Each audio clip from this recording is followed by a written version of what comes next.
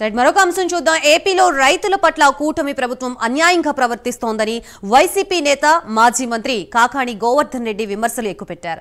ధాన్యం కొనుగోలు విషయంలో ప్రభుత్వం నిర్లక్ష్యంగా వ్యవహరిస్తూ ఉండటంతో అడుగడుగునా రైతులు ఇబ్బంది పడుతున్నారని ఆరోపించారు. వ్యవసాయం మీద కూటమి ప్రభుత్వానికి శ్రద్ధ లేదన్న కాకాణి రైతులకి 15,000 ఆర్థిక సాయం చేస్తానని చంద్రబాబు మోసం చేశారని మండిపడ్డారు. ఇక పెట్టుబడి సాయం గురించి ఒక్క మాట కూడా మాట్లాడడం లేదని ఆగ్రహం వ్యక్తం చేశారు. జగన్ నిర్ణయాలు తప్పితే ఈ 6 నెలలు ఎందుకు సమీక్ష చేయలేకపోయారని ప్రశ్నించారు. ప్రస్తుతం ఇదే అంశానికి సంబంధించి నెల్లూరు నుంచి మనకి పూర్తి అప్డేట్స్ ఇవ్వడానికి మా ప్రతినిధి నరేష్ సిద్ధంగా ఉన్నారు. నరేష్.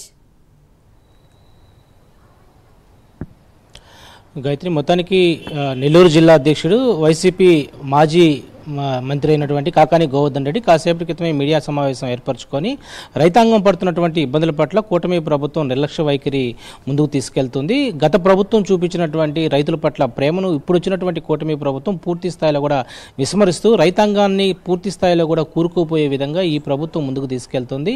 ఏదైనా అడిగితే గత ప్రభుత్వం వల్ల జరిగినటువంటి తప్పిదాల వల్లే ఇంకా మేము సరిచేయలేమంటూ ఇటు ఈ కూటమికి సంబంధించినటువంటి సీఎం చంద్రబాబు నాయుడు, అదేవిధంగా పౌర సరఫరా శాఖ మంత్రి అయినటువంటి నాదెండ్ల మనోహర్, అగ్రికల్చర్ మినిస్టర్గా ఉన్నటువంటి అచ్చెన్నాయుడు, వీళ్ళందరూ కూడా ఇంతవరకు సమీక్ష సమావేశాలు ఏర్పరచుకోకపోవడం ఇది ఎవరు తప్పు అంటూ కూడా కాకాణి గోవర్ధన్ రెడ్డి టీడీపీకి సంబంధించిన నేతలపై ఆయన ఎద్దవి చేశారు. మొత్తానికి రైతుల యొక్క ధాన్యం కొనుగోలు విషయంలో ప్రధానంగా ఈరోజు కూటమి ప్రభుత్వం నిర్లక్ష్యంగా వ్యవహరిస్తుంది. గత ప్రభుత్వం చూసుకుంటే మేము ఉన్నటువంటి 5 సంవత్సరాల్లో రైతులు పారదర్శకంగా కూడా మేము అన్ని కూడా అందజేశాం.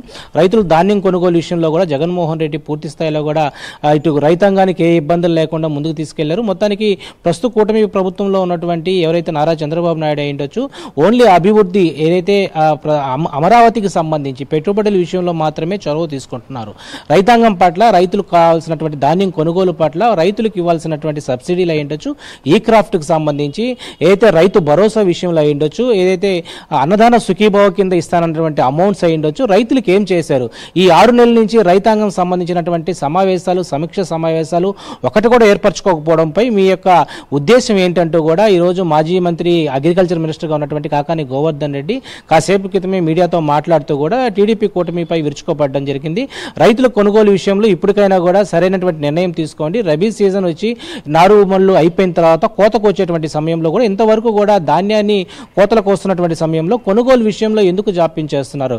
పాడి పర్చేస్ సంబంధించినటువంటి ఇప్పటి వరకు ఎన్ని పెట్టారు, వాటికి సంబంధించి ఎంత ధాన్యాన్ని కొంటున్నారు? గతంలో ఏదైతే ఇటీవల కాలంలో వరుసగా అల్పపీడన ప్రభావం, వాయుగుండ ప్రభావం, తుఫాను ప్రభావంతో భారీ నుంచి అతి భారీ వర్షాలకు పూర్తిగా ఇటు ధాన్యం తడిచిపోయింది. కొనుగోలు విషయంలో మీరు ఎందుకు వెనక ఆడుతున్నారంటూ కూడా ఈరోజు కాకాణి గోవర్ధన్ రెడ్డి ప్రధానంగా ఇటు కూటమికి సంబంధించినటువంటి అగ్రికల్చర్ అయి ఉండొచ్చు, అదేవిధంగా మరోవైపు నాదెండ్ల మనోహర్ కూడా ఆయన చురకలు వేశారు. ఇక్కడ ప్రధానంగా నాదెండ్ల మనోహర్ హాయ్ అనే వాట్సాప్ పెడితే మేము ఖచ్చితంగా కూడా ఈ యొక్క కొనుగోలు చేస్తాం, ఎన్ని హాయిలు పెట్టినా ఇంతవరకు మీరు కొనుగోలు చేయట్లేదు.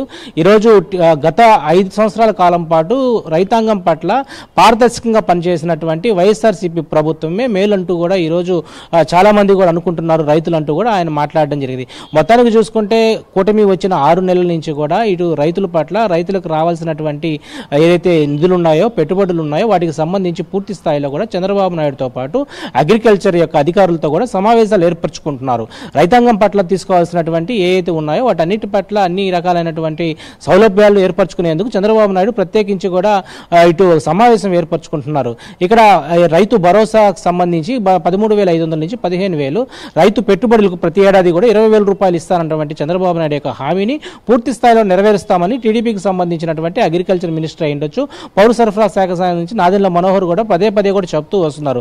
అయితే దీని మీద కాకాణి గోవర్ధన్ రెడ్డి ఇది కేవలం మాటలు మాత్రమే, ఇది కొంత బూటకం, కేవలం మీరు చేయలేనటువంటి పక్షంలో, ఏవైతే ఇప్పుడు చేయలేనటువంటి పక్షంలో గత ప్రభుత్వం మీద మీరు తప్పిదాలు వేస్తూ తప్పించుకుంటున్నారు.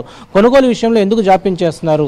ఎందుకు కొనుగోలు చేయట్లేదు? ధాన్యాన్ని పూర్తి స్థాయిలో రైతుల వద్ద నుంచి కొనుగోలు చేసే విషయంలో ఈరోజు ఈ కూటమి ప్రభుత్వం పూర్తి స్థాయిలో విస్మరించింది. మేము గతంలో రైతాంగానికి సంబంధించినటువంటి సబ్సిడీ అయి ఉండొచ్చు, వరద పంట నష్టాలకు సంబంధించినటువంటి సబ్సిడీలు ఇచ్చాం. ఈరోజు చంద్రబాబు నాయుడు వాటన్నిటిని పూర్తిగా విస్మరించారు. మరి అదేవిధంగా ఏదైతే ప్రధానమంత్రికి సంబంధించినటువంటి అనేక పథకాలన్నింటినీ కూడా మేము ముందుకు తీసుకెళ్ళాం. ఈరోజు కూటమి ప్రభుత్వం కనీసం ఈ క్రాఫ్ట్కి సంబంధించి, అదేవిధంగా బీమాకు సంబంధించి ఎలాంటి ప్రయోజనాత్మకమైనటువంటి విషయాల్లో రైతాంగాన్ని ఆదుకుంటున్నారు? ఈరోజు రైతులు పడుతున్నటువంటి కష్టాలు మీరు ఎందుకు చూస్తూ ఊరుకుంటున్నారు? 6 నెలల నుంచి మీరు సమీక్ష సమావేశాలు ఏర్పరచుకొని గత ప్రభుత్వంలో ఏం జరిగాయి తప్పిదాలు, వాటి మీద ఎందుకు ప్రశ్నించలేకపోతున్నారంటూ కూడా ఈరోజు కూటమి ప్రభుత్వానికి సంబంధించినటువంటి ఎవరైతే మంత్రులు ఉన్నారో వాళ్ళందరినీ కూడా ఆయన హెచ్చరించినటువంటి పరిస్థితి కనపడుతుంది. ఇక్కడ ప్రధానంగా పాడి పర్చేస్ని ఏర్పాటు చేసుకోవాలా, ఇప్పుడు ఉన్నటువంటి అధికారులు మీ వాళ్ళే, ఇప్పుడు ఉన్నటువంటి కలెక్టర్లు మీ వాళ్ళే, ఇప్పుడు ఉన్నటువంటి ప్రతి ఒక్కరు కూడా మీ అరిచేతిలో ఉన్నటువంటి అధికారులే. మరి గత 5 సంవత్సరాల కాలం పాటు రైతాంగానికి సంబంధించినటువంటి పెట్టుబడులు అదేవిధంగా రైతాంగానికి ఇవ్వాల్సినటువంటి విషయాల్లో ఎందుకు మీరు సమీక్ష సమావేశం ఏర్పరచుకొని ఈ తప్పు వైసీపీ ప్రభుత్వం చేసిందంటూ కూడా లిఖితపూర్వకంగా ఇవ్వలేకపోతున్నారంటూ కూడా ఆయన చెప్పడం జరిగింది. మొత్తానికి రైతాంగం పట్ల ఇప్పటికైనా చొరవ తీసుకొని పూర్తి స్థాయిలో కొనుగోలు విషయంలో ఎవరికి ఎలాంటి ఇబ్బందులు రాకుండా వాళ్ళకి రావాల్సినటువంటి ఏదైతే బీమా ఉండొచ్చు, అదేవిధంగా ఈ క్రాఫ్ట్ సంబంధించి అదేవిధంగా అన్ని రకాలైనటువంటి సౌకర్యాలను రైతాంగానికి ఇవ్వాలి. ధాన్యం కొనుగోలు విషయంలో ప్రత్యేకించి కూడా ఈరోజు ఈ వైపు చూస్తే ఇటు నెల్లూరుకు సంబంధించి అదేవిధంగా రాయలసీమ ప్రాంతాల్లో ఇప్పటికే రబీ సీజన్ సంబంధించినటువంటి వరి నాట్లు అయిపోయి కోతకు వచ్చేటువంటి పరిస్థితి. మరి ఈరోజు ధాన్యాన్ని రెడీగా ఉంచుకున్న సమయంలో విపత్తులు వచ్చినటువంటి వరదలు వచ్చినటువంటి నేపథ్యంలో తుఫాను వచ్చినటువంటి నేపథ్యంలో పూర్తి స్థాయిలో తడిచిపోయినటువంటి పరిస్థితుల్లో రైతాంగం కూరుకోలేనటువంటి పరిస్థితి. ఈరోజు అప్పులు బాధ అయ్యి చనిపోయేటువంటి పరిస్థితిలో ఈరోజు ప్రభుత్వం ఏ విధంగా ఆదుకోవాలనే దాని మీద ఒక సమీక్ష సమావేశం లేకుండా వాట్సాప్లో హాయ్ పెడితే వాటన్నిటిని మేము కొనుగోలు చేస్తామంటూ కూడా ఈరోజు కొంతమంది మంత్రులకి ఆయన చురకలు వేసినటువంటి పరిస్థితి మనం చూస్తా ఉన్నాం. మొత్తానికి రైతాంగం పట్ల కూడా ఈ యొక్క కూటమి ప్రభుత్వం ధాన్యం కొనుగోలు విషయం ఉండొచ్చు, రైతులకి పెట్టుబడుల విషయంలో ఈరోజు పెట్టుబడులకు సంబంధించి ఏడాదికి 20,000 ఇస్తామన్నారు, 5 సంవత్సరాలకి ₹1,00,000 ఇస్తానన్నటువంటి పెట్టుబడుల విషయంలో ఇంతవరకు చంద్రబాబు నాయుడు ఎందుకు ముందుకు రావటం లేదు? దాని మీద కనీసం ఒక పూర్తి స్థాయిలో సమీక్ష సమావేశం ఏర్పరచుకోలేదు.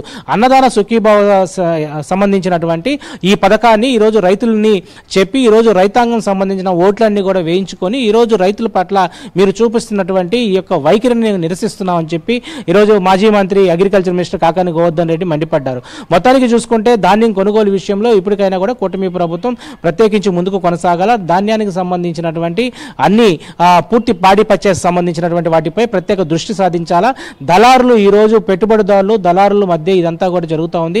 రైతులు పండించినటువంటి పంటకు సరైనటువంటి గిట్టుబాటు ధర లేకపోవడం, ఈరోజు మధ్యవర్తులుగా వచ్చినటువంటి ఎవరైతే ఉంటారో వాళ్ళు ఈరోజు ధాన్యాన్ని వాళ్ళు 100 ఈరోజు కిలోకి కొన్నటువంటి బియ్యాన్ని దాదాపు కూడా మధ్యవర్తులు దాదాపు 80% బయట పర్చేస్ చేస్తా ఉన్నారు. దీని మీద కఠినమైనటువంటి చర్యలు అయితే చేపట్టాలంటున్నారు. సివిల్ సప్లైకి సంబంధించినటువంటి ఎవరైతే మంత్రి ఎవరైతే ఉన్నారో నాదెండ్ల మనోహర్ ఈ అధికార యంత్రాంగాలన్నింటినీ కూడా పాడి పర్చేస్ సంబంధించినటువంటి వాటిలో అనేక అవకతవకలు జరుగుతున్నాయి. ధాన్యం కొనుగోలు విషయంలో ఈరోజు రైతులు లబోదిబో అంటున్నారు. వీటి మీద ప్రత్యేక శ్రద్ధ చూపాలంటూ కూడా ఈరోజు ఆయన మాట్లాడిన మాటలు మనం చూడాలి. థ్యాంక్ యూ నరేష్, అలాగే thank you all for the field report.